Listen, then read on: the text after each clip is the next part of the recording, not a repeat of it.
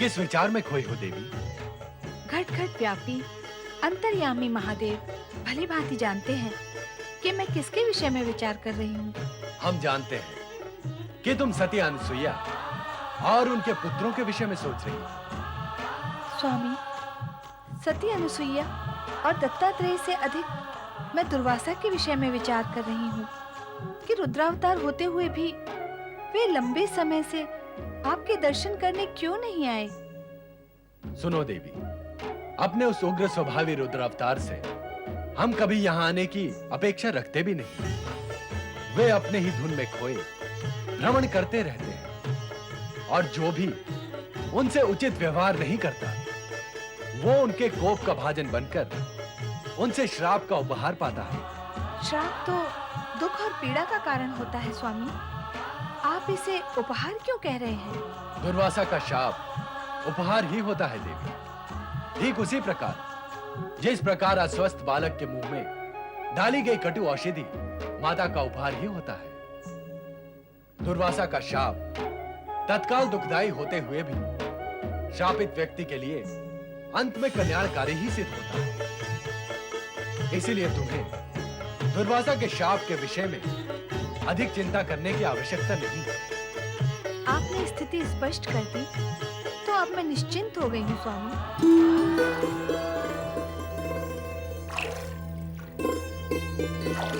शकुंतली, वो रहा महल।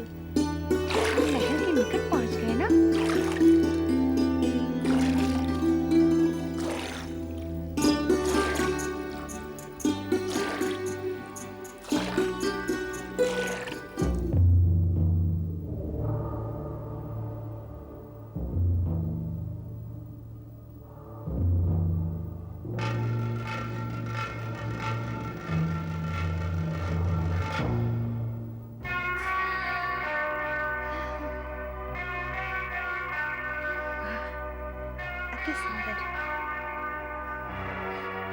ठहरो, कौन हो तुम?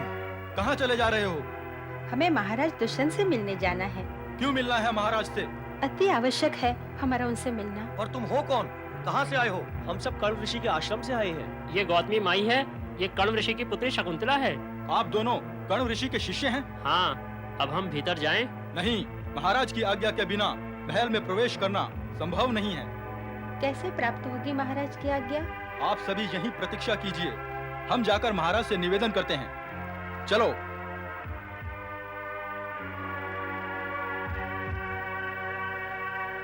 महाराज की जय हो। कहो प्रहरी। महाराज, राजमहल के द्वार पर कुछ आश्रमवासी आए हुए हैं। कौन है ये आश्रमवासी? कण्व ऋषि के आश्रम से आए हैं। 2 उनके शिष्य हैं, एक उनकी पुत्री है शकुंतला और साथ में एक वृद्धा गौतमी माई है। शिष्य शकुंतला, गौतमी माई, कौन है ये सब? ठीक है, वो जो भी हो हमारी आज्ञा है, उन्हें अंदर आने दिया जाए। जो आज्ञा महाराज। आप किस चिंता में पड़ गए महाराज? सोचते हैं कि आश्रमवासी अचानक हमसे भेंट करने कैसे चले आए। वन व्यवस्था अथवा आश्रम के लिए कुछ सहायता की आवश्यकता होगी, अथवा आप कभी आखेट में गए होंगे तो वन में आश्रम वासियों पर कृपा करके सहायता देने का वचन दे आए होंगे। संभव है उसी उद्देश्य से आए हों। नहीं पुरोहित जी, नहीं, हमने कभी किसी को ऐसा कोई वचन नहीं दिया और न ही हम किसी गौतमी और शकुंतला को जानते हैं। महाराज की जय जय हो। जिन महापराक्रमी और चक्रवर्ती राजा की जय जयकार संपूर्ण आर्यावर्त में गूंज रही है, वे शकुंतला को नहीं जानते? कण्व ऋषि के आश्रम में आकर आपने जिससे गंधर्व विवाह किया, आप उसको नहीं जानते? आप कहते हैं कि हमने कण्व ऋषि आश्रम में आकर इस स्त्री के साथ गंधर्व विवाह किया है? हाँ महाराज दुष्यंत, आश्रम में रहने वाली शकुंतला की सखियां ही नहीं, आश्रम के पशु पक्षी और पेड़ पौधे भी इस घटना के साक्षी है। आपसे गंधर्व विवाह करने के पश्चात शकुंतला अब गर्भवती हो चुकी है। इसलिए कण्व ऋषि ने निवेदन किया है कि आप इसे अपनी धर्मपत्नी के रूप में स्वीकार करें। आप जानती हैं आप क्या कह रही हैं? जो सत्य है वो ही कह रही हूँ। नहीं, ये सत्य नहीं असत्य है, मिथ्या आरोप है। आप हस्तिनापुर के पूर्ववंशी राजा पर मिथ्या आरोप लगा रही हैं। हमने तो कभी कण्व आश्रम में प्रवेश भी नहीं किया, तो फिर इस स्त्री के साथ विवाह का तो कोई प्रश्न ही नहीं है। हमें लगता है कि हमारी राजरानी बनने का लोभ इस स्त्री को यहाँ तक खींच लाया है और आप सबको इसने भ्रमित कर दिया। स्वामी, मुझ पर मिथ्या दोषारोपण न करें। आपने स्वयं कण्व ऋषि के आश्रम में मुझसे प्रणय निवेदन किया था। क्या वे सब आप भूल गए? प्रिया चरित्र के विषय में हमने बहुत कुछ सुना था, किंतु आज प्रत्यक्ष ही देख लिया। अपने स्वार्थ सिद्धि के लिए एक स्त्री असत्य को सत्य कहने से भी ले जाती नहीं। नहीं नहीं, ऐसा नहीं है। आपने आश्रम से जाते समय शीघ्र लौट कर आने का और मुझे अपने साथ ले जाने का वचन दिया था। क्या आप ये सब भूल गए? क्या आप ये भी भूल गए कि अपने प्रेम के चिन्ह स्वरूप आपने मुझे एक मुद्रिका दी थी? मुद्रिका? हमने तुम्हें प्रेम चिन्ह के रूप में मुद्रिका दी थी, तो कहाँ है वो मुद्रिका? मुद्रिका? कहाँ है मेरी मुद्रिका? कहाँ गई होगी मुद्रिका? कण्व ऋषि आश्रम में रहने का ढोंग करने वाली प्रवंचिका, तेरे नाट्य की कथा काल्पनिक है, जिसमें कोई पात्र ही नहीं। जिस मुद्रिका की तुम चर्चा कर रही हो, उसका तो कोई अस्तित्व ही नहीं। हम अपने राज्यसभा में किसी स्त्री का अपमान नहीं करना चाहते, इसीलिए कटु शब्दों का प्रयोग ना करते हुए इतना ही कहेंगे कि तुम यहां से उसी मार्ग से लौट जाओ जिस मार्ग से आई थी। तुम गर्भवती हो, इसीलिए हम राज्य की ओर से तुम्हें आश्रय देने तथा प्रसूति की सुविधा देने का प्रबंध कर सकते हैं। राजपुरोहित जी, आप प्रसूति तक इस स्त्री की व्यवस्था का दायित्व संभालें। जैसी आपकी आज्ञा महाराज। शकुंतले, नहीं।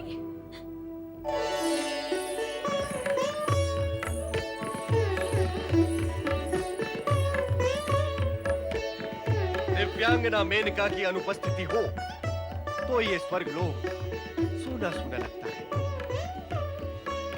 क्यों देवी शची? हाँ, और आज मेनका की उपस्थिति से ऐसा लगता है कि स्वर्ग में हर्षोल्लास का वातावरण जाग उठा है। नारायण नारायण। देवर्षि आप? चकित होने की कोई आवश्यकता नहीं है देवराज। मैं स्वर्गलोक में आया अवश्य हूँ, किंतु आपके पास नहीं। अर्थात? मैं कठोर और पाषाण हृदय माता के पास आया हूँ, उसकी सोई हुई चेतना जगाने के लिए।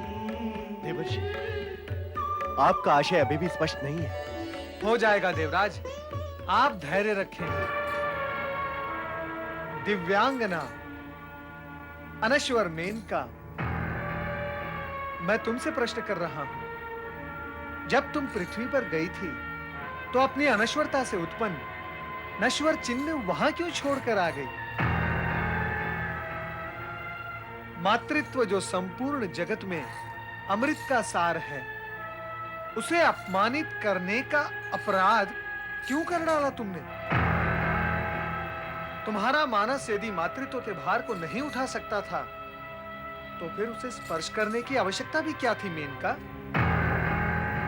मातृत्व और वत्सलता को यदि तुम्हारी चेतना कक्ष में प्रवेश वर्जित था, तो फिर पृथ्वी पर जाकर भोग की प्रवृत्ति को जागृत करने का कष्ट क्यों किया तुमने?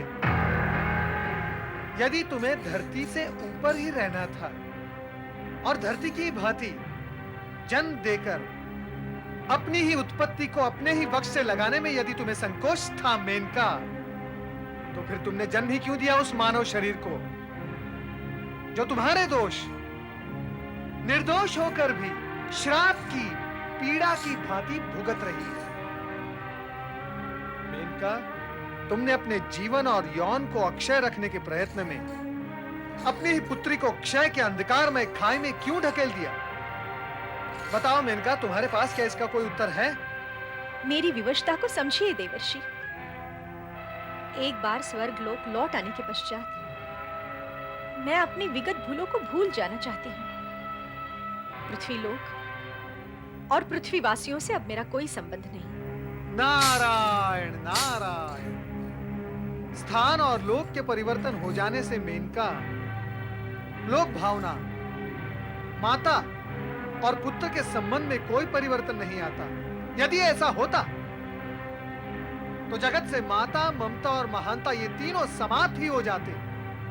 कौन बतलाएगा कि क्या दोष था उस निर्दोष शकुंतला का? तुम तो चली आई उसे धरती पर छोड़कर, किंतु तुम्हारे जाते ही दुर्भाग्य के क्रूर पंजों ने उसे अपने पाश में दबोच लिया। नवजात शिशु हिंसक पशुओं के बीच घनघोर वन में नितांत अकेला मातृत्व की आशा में अपने हाथ पांव फेंकता रो रो कर करुणा का कल्पांत करता रहा। कल्याण करे विधाता उस कण्व ऋषि का, जिन्होंने समय पर वहां पहुंचकर उस नवजात बालिका को शरण दी। तत्पश्चात उसे अपने आश्रम में ले जाकर अपनी पुत्री की भांति उसका लालन पालन किया। सयानी हुई तो राजा दुष्यंत वहां पहुंचे, उस पर मोहित होकर अपने प्रेम का निवेदन करने गंधर्व विवाह भी कर डाला। राजा दुष्यंत तो चले गए, परंतु उनके जाने के पश्चात उनकी मधुर स्मृतियों में खोई शकुंतला की झोली में आ गिरा ऋषि दुर्वासा का श्राप।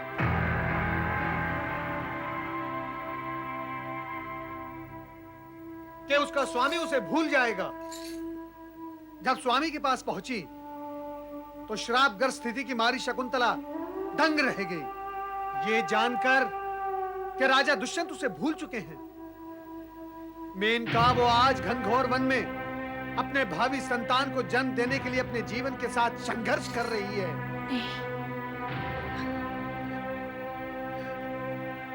शकुंतले!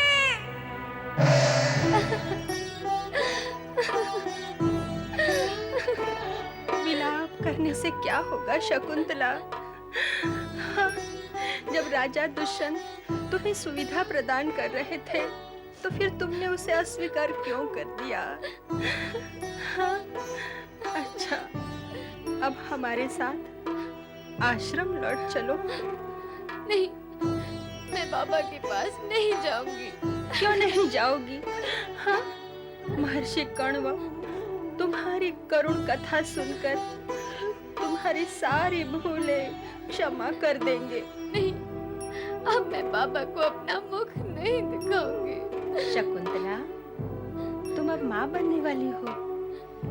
इधर उधर कब तक, कहाँ तक भटकोगी, कहाँ तक भटकोगी? माता के होते हुए पुत्री को भटकने की क्या आवश्यकता है?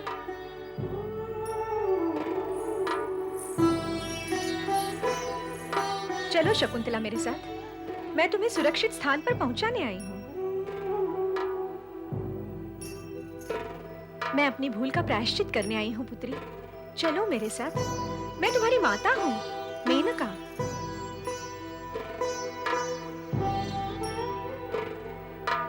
ये समय आश्चर्य और प्रश्न करने का नहीं है शकुंतले। समय आने पर सब कुछ स्पष्ट हो जाएगा।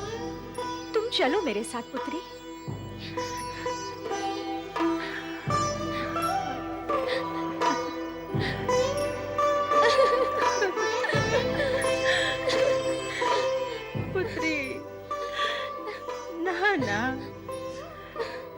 महाराजा दुष्यंत के आश्रय में जाना तुझे स्वीकार नहीं था। बाबा के आश्रम में आना भी स्वीकार नहीं है। अब तो तेरा हित इसी में है कि तू अपने माँ के साथ लौट जा बेटा। बाबा को जाकर कहना कि उनके आशीर्वाद से जब मैं इस संकट से मुक्त हो जाऊंगी तब उनके मैं आश्रम में अवश्य दर्शन करने आऊंगी।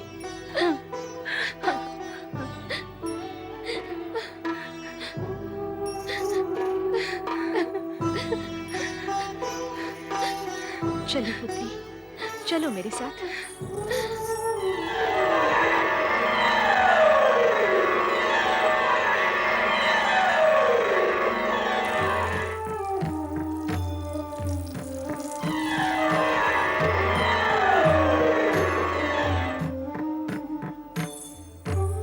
ऋषिवर मरीचि, मैं आपके शरण में आई हूँ। स्वर्गलोक और देवराज इंद्र को छोड़कर ऋषि की शरण में? हाँ ऋषिवर, अपनी पुत्री शकुंतला के लिए। ये विपदा की मारी है तथा गर्भवती भी है। इसके पति महाराज दुष्यंत ने इसके साथ अन्याय किया है, अथवा ये कहें कि दुर्भाग्य प्रबल है।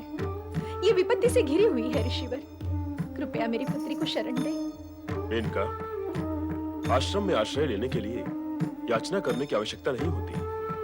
विपत्तिग्रस्त प्राणियों की सहायता करना आश्रम वासियों का कर्तव्य ही नहीं, परम धर्म होता है। तुम्हारी पुत्री शकुंतला एक महान पुत्र की माता बनेगी मेनका। मेनका, उस महान पुत्र के आगमन के साथ ही इसकी सारी विपदाओं का अंत हो जाएगा। आपको कोटि कोटि धन्यवाद ऋषिवर। शकुंतले,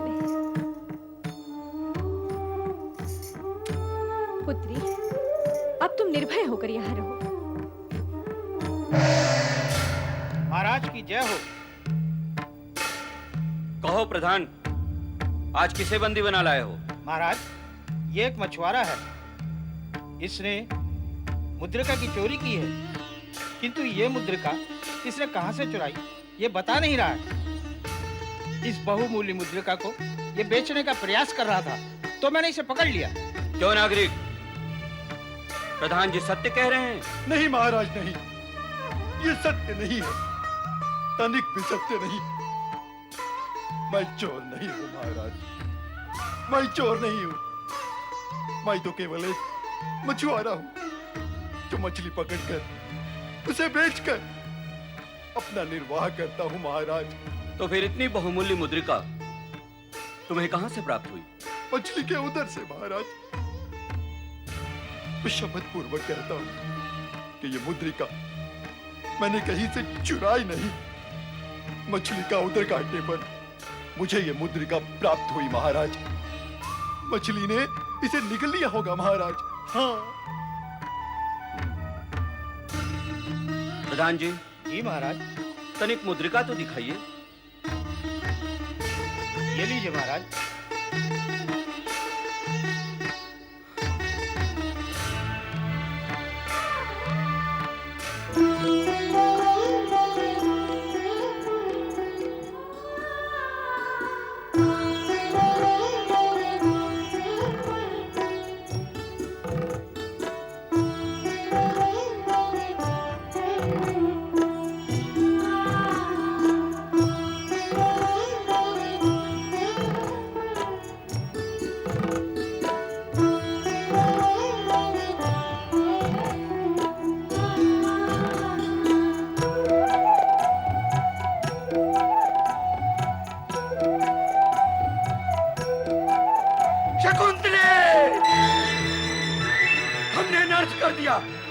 महाअनर्थ हो गया हमसे।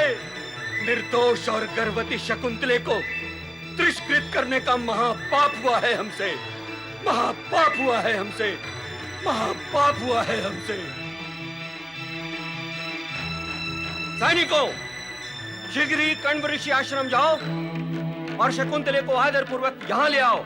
जी महाराज। महाराज, इसके लिए क्या आज्ञा है? ये निर्दोष है, इसने चोरी नहीं की। इसने तो हम पर उपकार किया है। इसने तो शकुंतले की स्मृति को लौटाने में हमारी सहायता की है। प्रधान जी। जी महाराज। इसे उचित पुरस्कार देकर सम्मान सहित विदा करो। जो आज्ञा महाराज। प्रणाम महाराज। आइए आप मेरे साथ। प्रणाम। शकुंतले,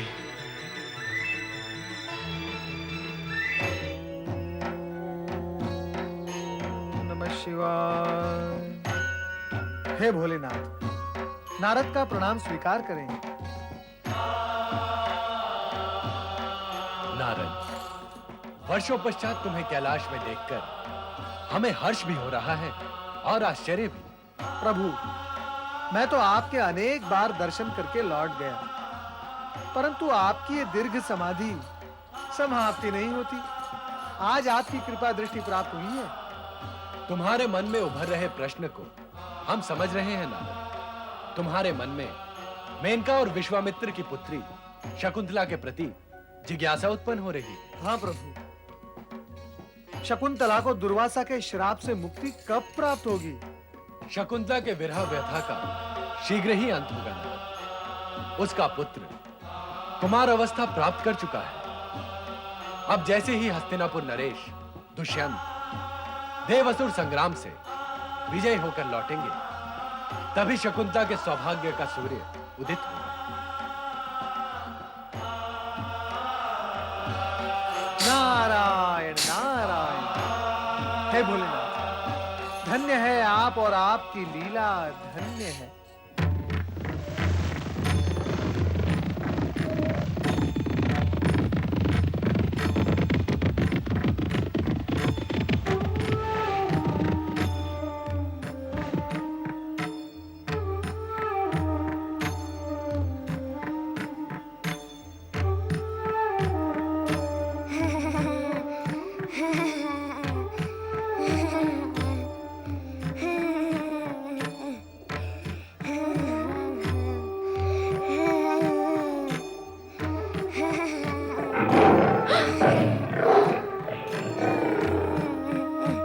नीचे उतरो सर्वदमन, नीचे उतरो। मानो हमारी बात सर्वदमन, मानो। ये हिंसक प्राणी है। नीचे आ जाओ सर्वदमन, मानो हमारी बात। इसके साथी सिंह आ गए तो आक्रमण कर देंगे, आक्रमण। क्यों तुम दोनों इतना शांत हो रहे हो? मैं शांत हूँ और मेरा वनराज भी तो शांत खड़ा है। हिंसक प्राणी की शांति थोड़ी देर के लिए होती है। तुम इधर आ जाओ, आ जाओ इधर।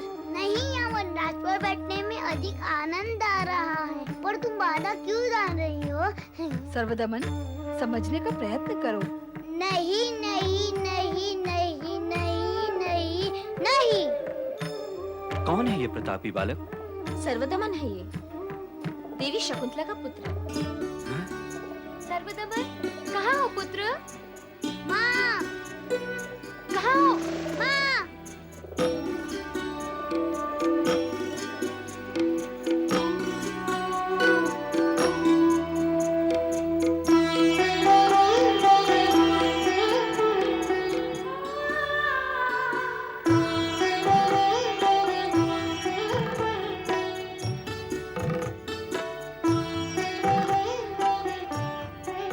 मुझे क्षमा करो देवी शकुंतले, मैं अपनी भूल का प्रायश्चित आज तक कर रहा हूँ। कहो शकुंतले कि तुमने मुझे क्षमा किया। पुत्र, अपने पिताश्री को प्रणाम करो। प्रणाम पिताश्री। तुम्हारी परीक्षा अब समाप्त हुई शकुंतला। विधि के विधान के अनुसार तुम्हें ये कष्ट और वियोग तो भुगतना ही था। हमारा शाप तो निमित्त मात्र था। ये भी तो सत्य है महर्षि दुर्वासा कि वियोग के कष्ट के पश्चात मिलन का आनंद कई गुना बढ़ जाता है। आज से तुम्हारा पुत्र सर्वदमन भरत के नाम से प्रसिद्ध होगा तथा ये आर्याव्रत का चक्रवर्ती सम्राट बनेगा। आपका आशीर्वाद शिरोधार्य। कल्याण भव, आयुष्मान भव।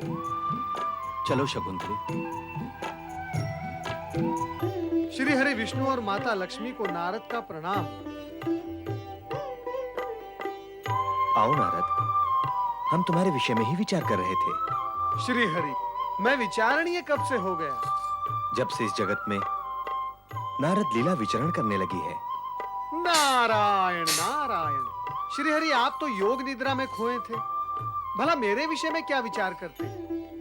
माता, भगवान भोलेनाथ की भांति श्री हरि विष्णु भी योग निद्रा में खो जाने की प्रवृत्ति से जुड़ते जा रहे हैं। सृष्टि के पालन करता यदि इस प्रकार योग निद्रा में खोए रहेंगे तो फिर सृष्टि का संचालन कौन करेगा? कैसे होगा? सृष्टि के संचालन को क्या हुआ है? सब कुछ संतुलित और सुचारू रूप से चल ही रहा है। तुम स्वयं विचार करो और कहो, कितने दिनों से कोई समाचार क्यों नहीं लाए? समाचार कुछ था ही नहीं तो लाता कहां से? अर्थात तुम भी वही कह रहे हो जो हमने कहा है कि सृष्टि का संचालन सुचारू रूप से चल रहा है। हाँ प्रभु, ऐसा ही कुछ है। देव, दानव, मानव सभी अपने अपने कार्य और कर्तव्य कर रहे हैं। यदि ऐसा है तो तुम्हारे कथन से समाचार बनता है और यह भी असत्य हो जाता है कि सर्वत्र शांति का साम्राज्य छाया हुआ है। नहीं समझा प्रभु, नहीं समझा। आपके सुदर्शन चक्र की भांति आपके सुशब्दों का चक्र मैं नहीं समझा। संकेत को समझने में यदि नारद असमर्थ हो गए तो जगत में संकेत को समझने में कौन समर्थ होगा? क्या करूं भगवान, आपके सांकेतिक शब्द भी आपकी इस गदा की भांति भारी होते हैं। जब आप शंख ध्वनि में पुष्प जैसी कोमल भाषा बोलते हैं तो वो सीधे मूल केंद्र में पहुंच जाती है। नारद, आपकी दृष्टि हमारी चारों भुजाओं पर है, किंतु अब तक हमारे संकेत पर आपकी दृष्टि नहीं पहुंची है। आपने अभी कहा कि देव, दानव, मानव सभी अपने अपने कर्तव्यों का पालन कर रहे हैं, और इससे पूर्व आपने यह भी कहा कि समाचार कुछ भी नहीं है। दोनों बातें सत्य हैं? हो ही नहीं सकती, हो ही नहीं सकती नारद। देव और मानव अपने अपने कर्तव्यों का पालन कर रहे हैं, तब तक तो जगत में शांति व्याप्त रहेगी, और ऐसे में समाचार कुछ बन ही नहीं सकता। किंतु हिंसा, अत्याचार, अनाचार, पापाचार के अपने कर्तव्यों का पालन यदि दानव कर रहे हैं तो जगत में शांति कैसे व्याप्त रहेगी नारद? नारायण नारायण, दानव अपने कर्तव्य का पालन कर रहे हैं, यही तो मैंने कहा था। नारद, फिर से सोचो और पहले ये सोचो कि दानव के कर्तव्य क्या है। नारायण नारायण, उनके कर्तव्य के विषय में किसे ज्ञात नहीं माता। अभी अभी तो श्रीहरि ने कहा है कि दूसरों पर अत्याचार करना, उनकी संपत्ति हरण करना, निर्दोषों को पीड़ित करना, यही कर्तव्य होते हैं इन दुष्ट असुरों के। और वो अपने ये सारे कर्तव्य पूरे कर रहे हैं। हाँ हाँ, डट कर रहे हैं। नहीं, पर नहीं क्या कर तो रहे ही हैं। अर्थात जगत में शांति नहीं है। हाँ माता, आप ठीक कह रही हैं, शांति तो नहीं है। तो जब जगत में अशांति व्याप्त है, फिर तो पल पल में समाचार ही समाचार जन्म ले रहे होंगे। हाँ प्रभु, ऐसा ही होना चाहिए। तो फिर क्या समाचार है? नारायण नारायण, प्रभु आप सुदर्शन चक्र चलाते हैं, ये तो संपूर्ण जगत जानता है, किंतु आप शब्द के चक्र भी चला लेते हैं, ये मैंने आज जाना। आपने और माता लक्ष्मी ने मुझे घेर घेर के उसी प्रश्न के सम्मुख लाकर खड़ा कर दिया कि समाचार क्या है। बताओ, क्या समाचार है? प्रभु प्रभु प्रभु, आप क्यों अन्याय कर रहे हैं मुझ पर? दानवों की ओर से कोई चर्चा सुनने में नहीं आई।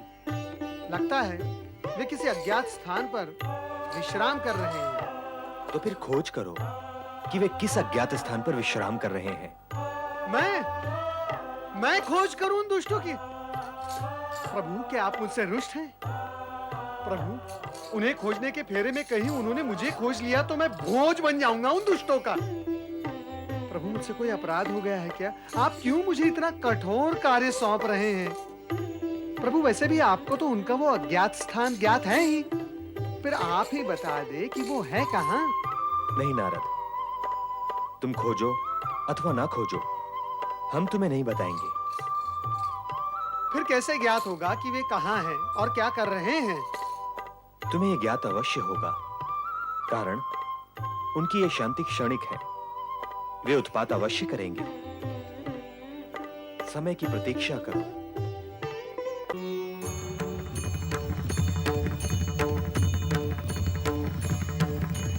ओम नमः शिवाय, ओम नमः शिवाय, ओम नमः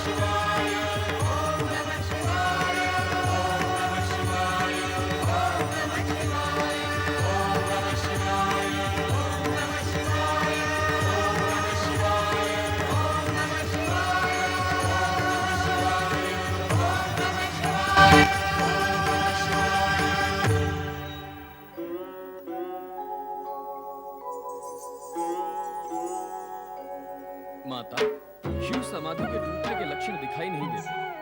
प्रभु ने मुझसे कहा था, इस बार जैसे ही वो समाधि समाप्त करें, मैं उनके लिए नूतन चिता भस्म लेकर आऊं। पर लाऊं कैसे? समाधि भंग हो तब लाऊं।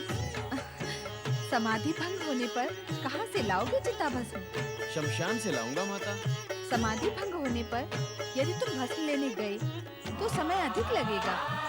विलंब होने से भोलेनाथ अप्रसन्न भी हो सकते हैं। तो फिर मैं क्या करूं माता? तुरंत जाकर चिता भस्म ले आओ। भोलेनाथ की आज्ञा का पालन होना ही चाहिए। तुम्हें तो ध्यान ही होगा कि आज वही तिथि है जब महाकालेश्वर ज्योतिर्लिंग की स्थापना हुई थी और भोलेनाथ ने पहली बार शरीर पर चिता भस्म लगाई थी।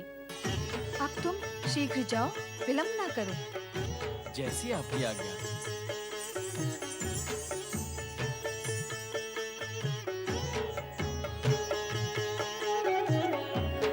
जय जय शिव शंकर, जय जय भोलेनाथ।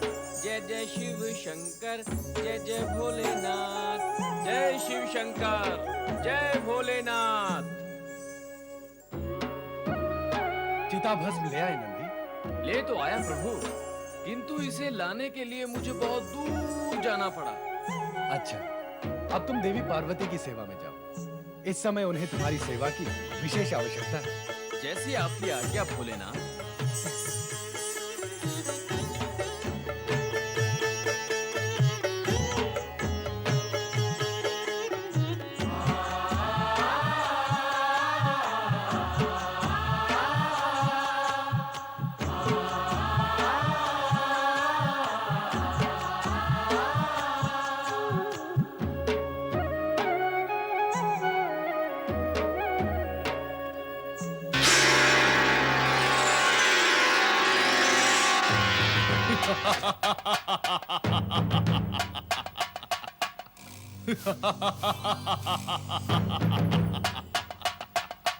इस सेवक के लिए क्या आज्ञा है स्वामी परमेश्वर?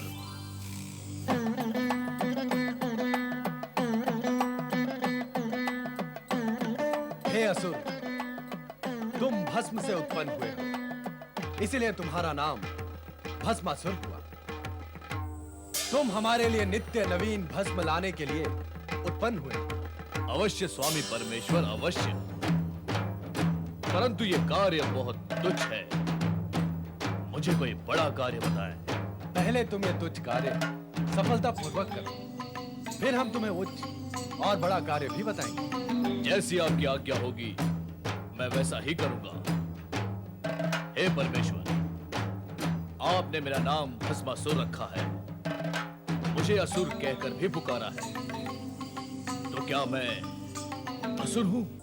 जब हमारे मुख से तुम्हारे लिए असुर शब्द निकला है, तो यह निश्चित है कि तुम असुर ही हो। यदि तुम देव, दानव, मानव अथवा शिवगण होते तो हम तुम्हें उसी नाम से पुकारते। अतः तुम स्वयं को असुर ही समझो। अब जाओ, हमारे लिए भस्म लेकर आओ। जो आज्ञा महादेव।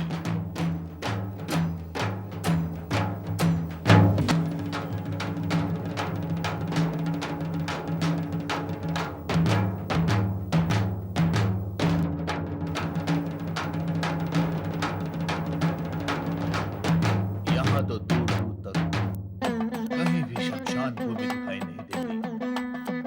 मुझे परमेश्वर के लिए चिता भस्म कहाँ से प्राप्त होगी? चलो कहीं और देखता हूं।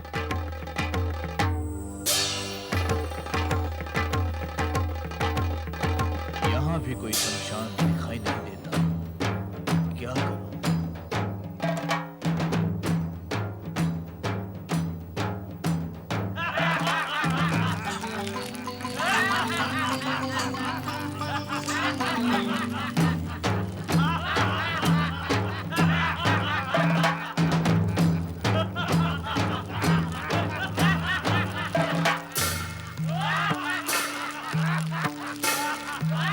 अरे सुनो, यहाँ आस-पास कहीं कोई शमशान भूमि है? शमशान? वहाँ क्या करोगे? मुझे चिता भस्म चाहिए। चिता भस्म? कौन हो तुम? चिता भस्म क्यों चाहते हो? क्या करोगे चिता भस्म का? मैं भस्मासुर हूँ। मुझे मेरे स्वामी शिव के लिए चिता भस्म चाहिए। वही खोज रहा हूँ। तो तुम असुर हो? तो तुम हमारी जाति के हो? हाँ हाँ, जब मैं असुर हूँ, तुम असुर हो, तो मैं तुम्हारी जाति का हुआ ना। पर इससे किसी को क्या लाभ होगा? लाभ? कैसा लाभ? भैया भस्मासुर, हम हैं तो एक ही जाति के, किंतु इस समय हम घोर संकट में हैं। हमारी दशा अत्यंत शोचनीय है। कष्ट में जीवन बीत रहा है। कष्ट? क्यों है कष्ट? यज्ञ और हवन करने वालों की शक्तियाँ बढ़ रही है ना, तो धर्म की दिव्य शक्ति बढ़ने से हम उनके पास नहीं जा सकते, इसलिए हमारी असुर शक्ति घट रही है। देवताओं, ऋषि मुनियों और मानवों का धर्म और नीति के प्रति इतना अधिक लगाव हो गया है कि उनकी शक्ति के सामने हमारा छल, कपट, हिंसा, क्रोध सभी कुछ व्यर्थ हो गया है। इसीलिए हमें वनों में, गुफाओं में मुंह छिपा के रहना पड़ रहा है। हमें हमारा आहार भी प्राप्त नहीं हो रहा है। केवल वनस्पतियाँ खाकर समय पूरा कर रहे हैं। केवल वनस्पतियाँ खाकर हम कितने दिन जीवित रह सकते हैं? हम पशु तो है नहीं कि उसी पर आश्रित रहकर सारा जीवन व्यतीत कर ले। बस बस मेरे जाति बंधुओं, बस। इससे अधिक और दुख अब मैं नहीं सुन सकता। तो कोई उपाय करो हमें इस दुख से उबारने के लिए। कहो भाइयों, ये भस्मासुर तुम्हारे लिए क्या कर सकता है? शिव तो तुम्हारे स्वामी हैं। हाँ है। वे बड़े चमत्कारी देवता हैं। उनसे बड़ा चमत्कारी देवता अन्य कोई है ही नहीं। सारा जगत यही कहता है। देव, दानव, मानव सभी सत्य को मानते हैं। तो फिर मुझे क्या करना होगा? तुम उनसे ऐसा कुछ वरदान मांग लो जिससे मानव जाति और देवघर में भय फैल जाए। उससे क्या होगा? उससे तुम अजय हो जाओगे और हम निर्भय हो जाएंगे। मैं अजय हो जाऊंगा और तुम निर्भय हो जाओगे। पर कैसे? अपने स्वामी शिव का वरदान पाकर। और कैसे? वरदान पाते ही तुम अजय और शक्तिशाली हो जाओगे। फिर हम सब मिलकर तुम्हें अपना असुर सम्राट बना लेंगे और हम तुम्हारे सैनिक बन जाएंगे।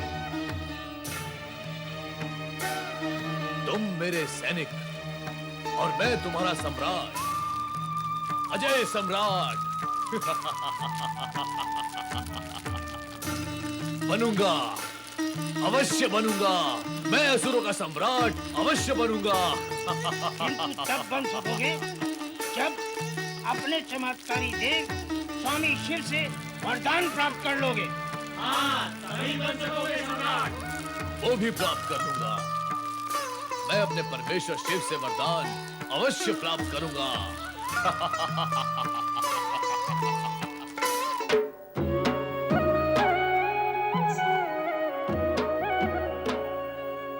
स्वामी परमेश्वर को सेवक भस्मासुर प्रणाम करता है। आओ भस्मासुर, भस्म ले आए। आज भस्म नहीं मिली स्वामी परमेश्वर। क्यों? स्वामी परमेश्वर, इस जगत में मनुष्य व असुरों की आयु बढ़ती जा रही है, बढ़ती ही जा रही है। मैं चारों दिशाओं में ढूंढ ढूंढ कर थक गया, परंतु मुझे कहीं भी कोई नई चिता नहीं मिली जहां से मैं भस्म प्राप्त कर सकूं। सारे शमशान सूने पड़े। लगता है मृत्यु अपना कार्य नहीं कर रही, इसीलिए प्राणियों ने भी मरना बंद कर दिया है। अब चिंता तो यह है परमेश्वर कि मैं आपकी आज्ञा का पालन कैसे करूं। जितने जन्म होते हैं उतने ही मरण भी होते हैं। जन्म मरण प्रकृति का अटूट नियम है, इसलिए तुम्हें चिंता करने की आवश्यकता नहीं है। ढूंढने पर कहीं न कहीं तुम्हें चिता भस्म अवश्य मिल जाएगी। मैं सारे जगत का चक्कर लगाकर लौटा हूं स्वामी परमेश्वर। भविष्य में भी कोई चिता जलने या उसकी भस्म मिलने की कोई संभावना नहीं है। यदि आप मेरी एक प्रार्थना स्वीकार करें तो भस्म मिलने का उपाय हो सकता है। कैसी प्रार्थना? आप मुझे वरदान दें कि मैं जिस किसी के भी सर पर हाथ रख दूं वो भस्म हो जाए। इससे क्या होगा भस्मासुर? एक तो इससे भस्म की प्राप्ति होगी परमेश्वर, दूसरे वे वृद्ध जो व्यर्थ ही इस धरती पर भार है, मृत्यु को प्राप्त नहीं हो रहे, वे वृद्धावस्था की पीड़ा से मुक्त हो जाएंगे। मुझे वरदान दीजिए परमेश्वर। तथास्तु। अब तुम जिस प्राणी के सर पर हाथ रख दोगे वो भस्म का ढेर हो जाएगा, परंतु ध्यान रहे मृत्यु के समीप पहुंचे और वृद्धावस्था के कष्टों से मुक्त करने के लिए ही तुम प्राणियों पर इसका उपयोग करोगे। निर्दोष प्राणियों पर इसका उपयोग नहीं करना। कदापि नहीं परमेश्वर, कदापि नहीं। आप तो आशुतोष हैं, सभी की आशा को संतुष्ट करते हैं। मुझे तो आशा भी नहीं थी कि आप मेरी प्रार्थना को सुनकर इतने शीघ्र वरदान भी दे देंगे। अब मैं कैलाश पर्वत पर चिता भस्म का ढेर लगा दूंगा। आपकी जय हो परमेश्वर, आपकी जय हो।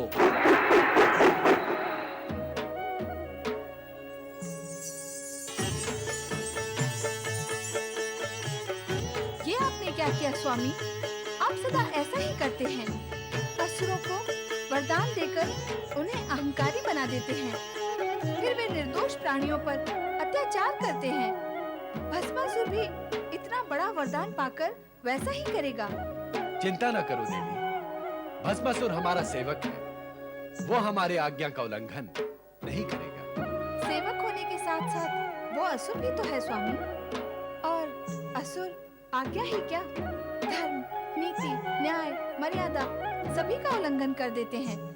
भस्मासुर को इतना बड़ा वरदान देकर आपने अच्छा नहीं किया स्वामी।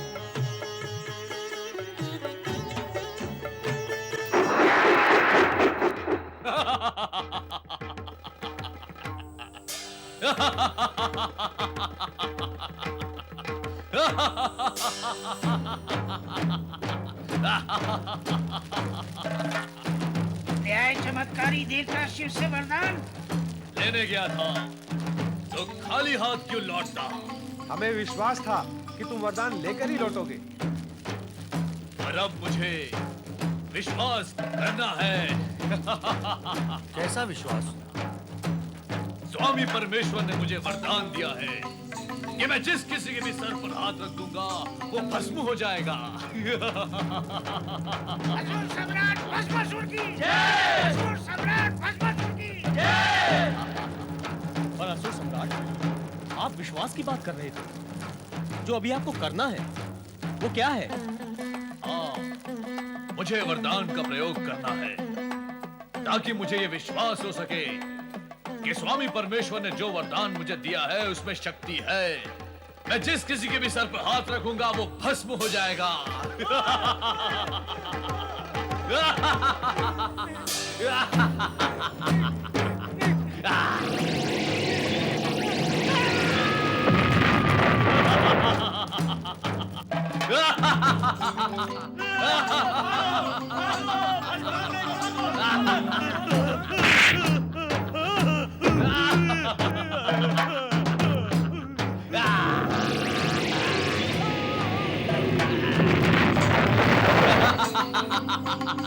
असुर सम्राट, ये आप क्या कर रहे हो?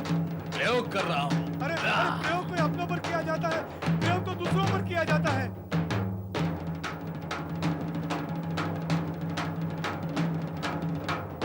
प्रयोग दूसरों पर किए जाते हैं। और नहीं तो क्या, तुम असुर होकर अपने ही असुर भाइयों का भस्म कर रहे हो।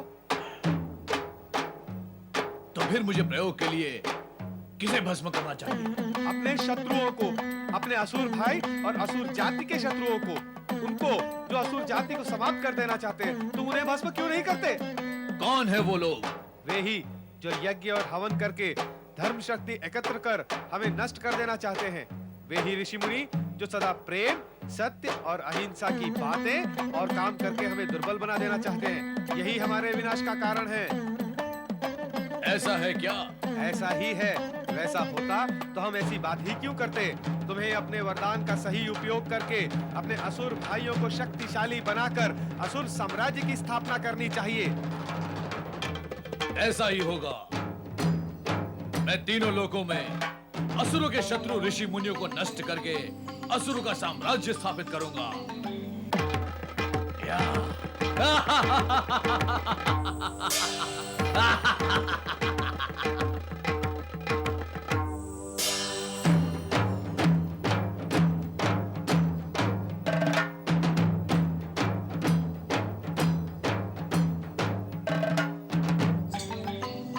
ओम इंद्राय स्वाहा, ओम इंद्राय स्वाहा, ओम इंद्राय स्वाहा, ओम अग्नये स्वाहा।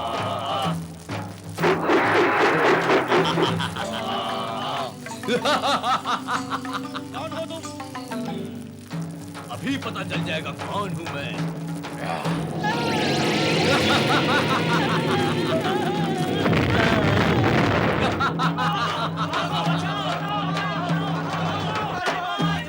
सर्वाभरण भूषितायै स्वाहा, सर्वाभरण भूषितायै स्वाहा, सर्वाभरण भूषितायै स्वाहा, सर्वाभरण भूषितायै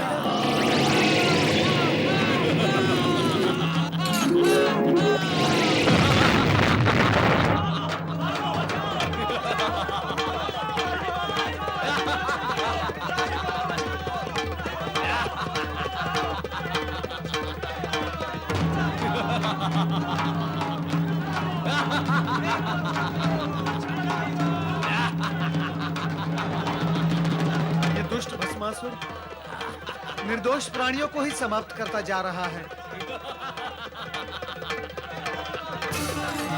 ये भी तो मुनि है, इसे भी भस्म करता हूँ। अरे ये क्या कर रहे हो भस्मासुर? मुझे भस्म करके तुम्हें क्या मिलेगा? मिलेगा नहीं, मिलेगी तुम्हारी भस्म। मेरी भस्म का तुम्हें क्या उपयोग भस्मासुर? मैं जीर्ण क्षीर्ण दुर्बल काया का दुर्बल प्राणी, मुझे भस्म करके कितनी भस्म प्राप्त होगी तुम्हें? इतनी। सुनो, वही करते रहो जो कर रहे थे। क्या क्या करता रहूं?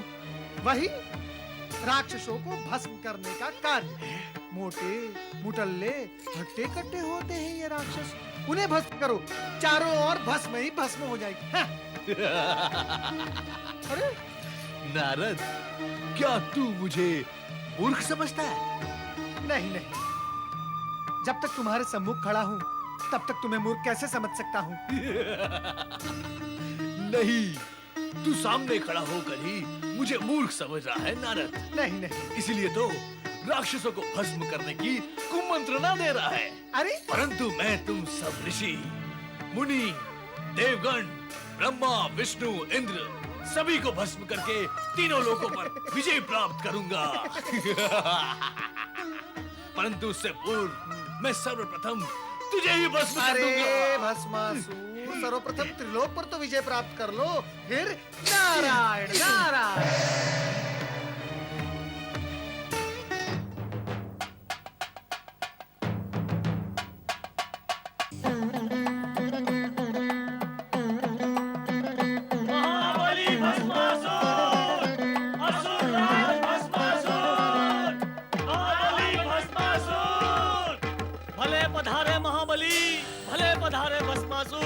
हमारी व्यथा सुनो असुरराज, हमारी व्यथा सुनो।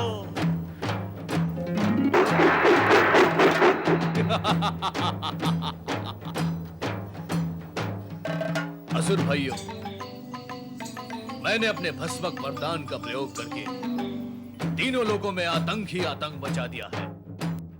अब कहो, तुम मुझसे क्या चाहते हो? महाबली भस्मासुर, आपके आतंकवाद से हमारा क्या हित होगा? तो फिर कैसा हित चाहते हो तुम? सारी असुर जाति का हित चाहते हैं हम। देखते नहीं, देवताओं के भय से हम वन में किस प्रकार छुपे हुए हैं। असुर सम्राट भस्मासुर की जय! असुर सम्राट भस्मासुर की जय! असुर सम्राट, ये वस्त्र उपहार के रूप में है। और ये है असुर सम्राट की तलवार।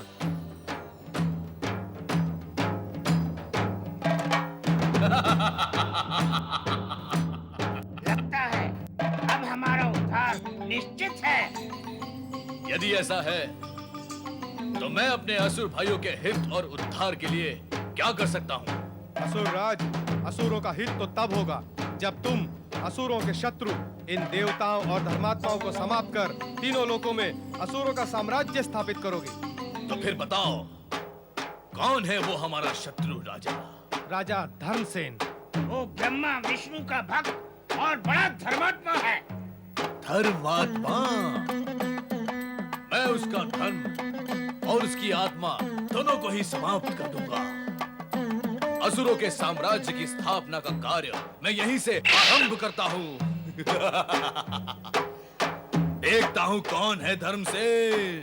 प्रजावत्सल्य न्यायप्रिय महाराजा धर्मसेन की जय। प्रजावत्सल्य न्यायप्रिय महाराजा धर्मसेन की जय। प्रजावत्सल्य न्यायप्रिय महाराजा धर्मसेन की जय। महामंत्री प्रसेनजीत, आज्ञा करें महाराज। हमारी प्रजा के कुशल मंगल के समाचार कहें। महाराज, प्रजा सुखी और प्रसन्न है। राज्य की व्यवस्था सुचारू है। सभी कार्य कुशलतापूर्वक हो रहे हैं। किंतु महाराज। किंतु क्या महामंत्री? रुक क्यों गए? जो भी कहना है निसंकोच कहिए। महाराज, अब तक तो राज्य में सर्वत्र शांति ही थी, किंतु आसपास के राज्यों से भयानक असुर भस्मासुर के अत्याचारों का समाचार सुन सुनकर हमारी प्रजा भयभीत हो उठी है। प्रजा शंकित है कि वो हमारे राज्य में आकर आतंक और अत्याचारों से हमें पीड़ित कर सकता है। कदापि नहीं, सर्वथा नहीं। हम अपनी प्रजा को कभी भी पीड़ित होने नहीं देंगे। महामंत्री, आप इसी समय सेना को आदेश दें कि वो भस्मासुर को समाप्त कर दे।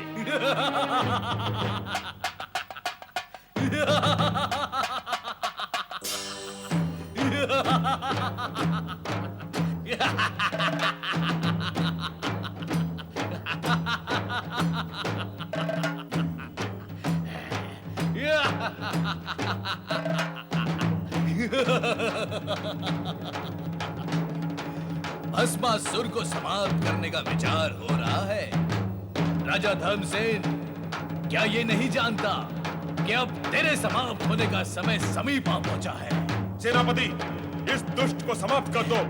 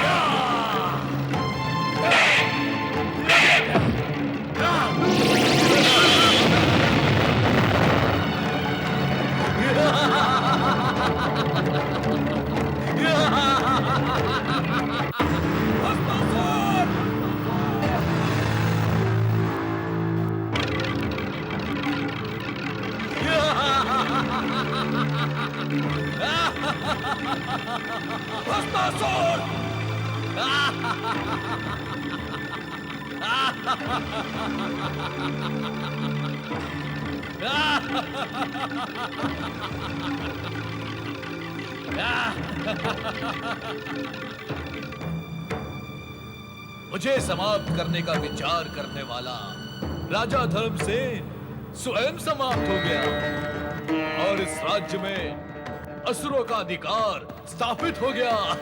भस्मासुर!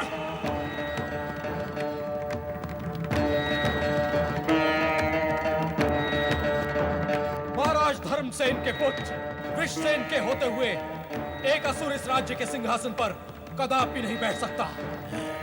मैं यहाँ असुरों का राज्य कदापि स्थापित नहीं होने दूंगा।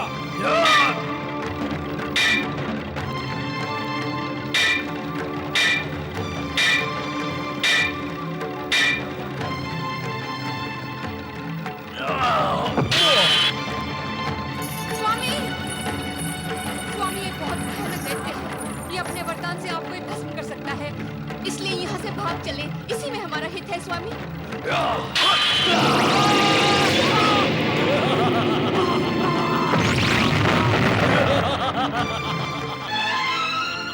स्वामी, स्वामी।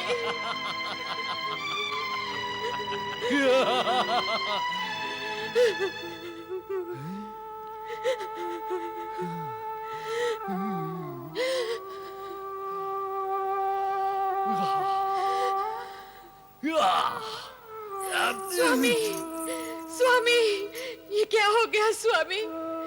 ये क्या हो गया? मैं तो आपको सावधान करने आई थी, किंतु आप असावधान हो गए।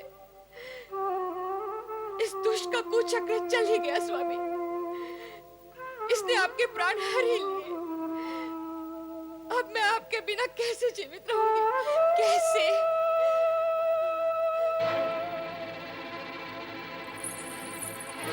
हत्यारे, पापी, दुष्ट, इस प्रकार मुझे क्या देख रहा है?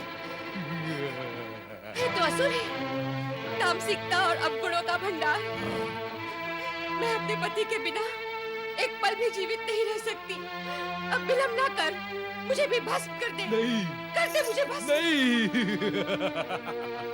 तुम जैसी परम सुंदरी को भस्म करके मैं अपना ही अहित करूं, इतना मूर्ख मैं नहीं हूं। मैं तो तुम्हें अपनी महारानी बनाऊंगा। महारानी, आओ मेरे पास आओ महारानी।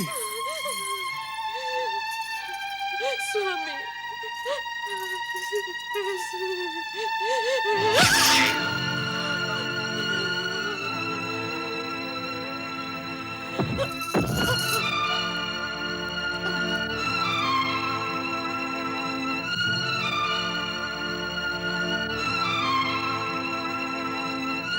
महाबली भस्मासुर की जय। महाबली भस्मासुर की जय। महाबली भस्मासुर की जय। महाबली असुर राज की जय। महाबली असुर राज की जय। महाबली असुर राज की जय।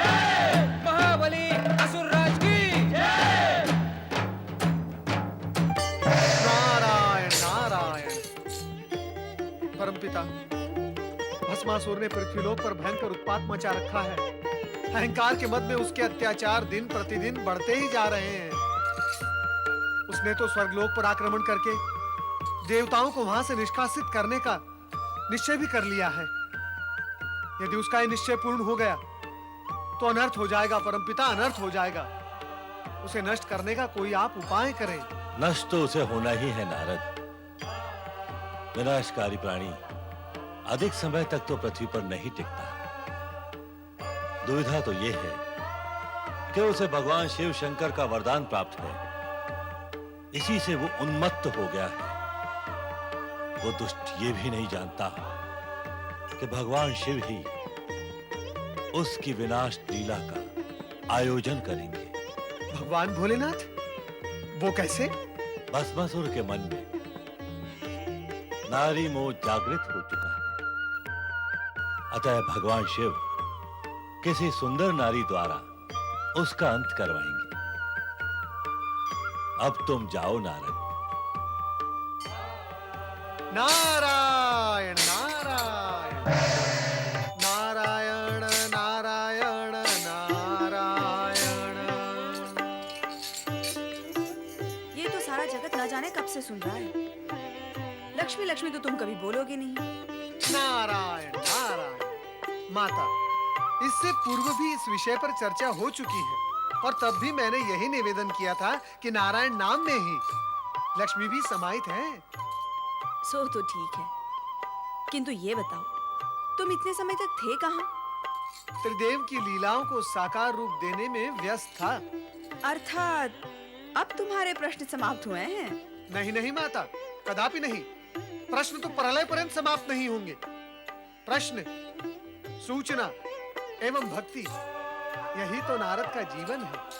किंतु भस्मासुर के विषय में तुमने हमें कोई सूचना नहीं दी। सुना है कि पृथ्वी लोक पर निर्दोष प्राणियों को भस्म करने का जो भयंकर तांडव उसने मचा रखा है, उससे समस्त प्राणी पीड़ित है। सत्य सुना है आपने। किंतु ये सत्य तुमने नहीं सुना है नारद। सारे जगत की भली बुरी सूचनाएं देते रहते हो, फिर ये सूचना क्यों नहीं दी तुमने? माता, आपसे और भगवान श्री हरि विष्णु से इस जगत की कौन सी घटना छिपी हुई है? आप तो सर्वज्ञ हैं। अपनी दिव्य दृष्टि से आप जो चाहें, जब चाहें देख सकते हैं, जान सकते हैं। क्या श्री हरि विष्णु ने इस विषय में आपसे कुछ नहीं कहा? वे यहाँ होते तो कहते। वे अपने भक्तों की रक्षा करने पृथ्वी लोक गए हैं। भक्तों की रक्षा करने के लिए पृथ्वी लोक गए हैं? कौन से भक्तों की? भस्मासुर के अत्याचारों से मेरे देखते देखते कई निर्दोष प्राणी प्राणहीन हो गए, किंतु मैंने तो वहां श्रीहरि को किसी भक्त की रक्षा करते हुए नहीं देखा। कैसे देखते नारद? अपने साकार रूप में होते तो देखते ना। भक्तों की रक्षा के लिए हमें कभी-कभी निर्गुण और निराकार रूप धारण करने पड़ते हैं। क्या तुम इस रहस्य को नहीं जानते? प्रभु, आपके रहस्य और आपकी निराली लीला को जानना नारद के वश में नहीं है। आप तो केवल मुझे ये बताएं कि भस्मासुर को भस्मीभूत करने के लिए आप क्या उपाय कर रहे हैं? परमपिता ब्रह्मा जी का यह कहना है कि भस्मासुर के मन में नारी का मोह उत्पन्न हो चुका है। उसका अंत केवल नारी द्वारा ही होगा। ये क्या रहस्य है? नारद, तुम कहते हो कि ये रहस्य है, किंतु तुम्हें सब कुछ बता देने के पश्चात ये रहस्य कहाँ रह जाएगा? इसलिए उत्तम यही होगा कि तुम इस रहस्य को रहस्य ही रहने दो।